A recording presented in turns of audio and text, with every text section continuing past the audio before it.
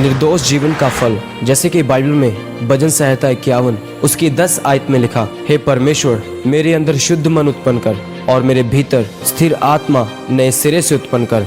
मेरे प्रियो, बाइबल में लिखा है कि शमूएल ने अपनी मृत्यु से पहले अपने लोगों को इकट्ठा किया था और उनसे पूछा था कि क्या मैंने तुमसे कभी रिश्वत ली है, कभी किसी का न्याय बिगाड़ा है या कभी किसी का गधा रखा है? अगर कोई है तो मुझे बताओ, क्योंकि बाइबल बताती है कि शमूएल अपने जीवन भर परमेश्वर के सामने निर्दोष चलता रहा और जब तक शमूएल धरती पर जिंदा रहा तब तक फलिश्ती, जो कि बहुत शक्तिशाली लोग थे, वह एक भी बार इजराइल को हरा ना सके। जब दानियेल को शेरों की मान में डाल दिया गया था तो राजा ने उससे पूछा कि दानियेल, क्या तेरा परमेश्वर जिसकी तू उपासना करता है तुझे सिंहों से बचा सका है? तब दानियेल ने जवाब दिया कि परमेश्वर ने अपना दूत भेजकर उनके मुंह को ऐसा बंद कर रखा कि उन्होंने मेरी कुछ भी हानि नहीं की। इसका कारण ये है कि मैं परमेश्वर के सामने निर्दोष पाया गया हूँ। फिर जब दानियेल को उस मान से निकालकर उसकी चुगली करने वालों को उस मान में डाल दिया गया तो लिखा है कि अभी वह फेंके ही जा रहे थे कि शेरों ने उनकी हड्डियां चबा ली थी। इसलिए आज मैं आपसे पूछता हूँ कि क्या आप एक निर्दोष जीवन व्यतीत कर रहे हैं?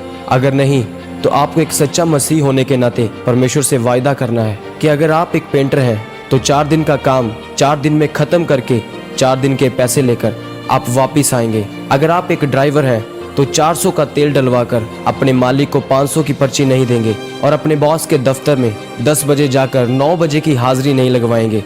अगर आप निर्दोष हैं तो आप झूठ नहीं बोलेंगे। क्या आप जानते हैं कि दोषी जीवन का एक बड़ा असर आपके जीवन में पड़ता है? चाहे आप कितने भी वरदान पाए क्यों ना हो, आप कहीं नहीं पहुंच सकते जब तक निर्दोषता का मसा आपके जीवन में नहीं है। इसलिए अगर आप चाहते हैं कि परमेश्वर का हाथ आपके सिर पर बना रहे और परमेश्वर आपको आशीषित करे तो एक निर्दोष जीवन जीना सीखें और परमेश्वर के वचनों पर चलें।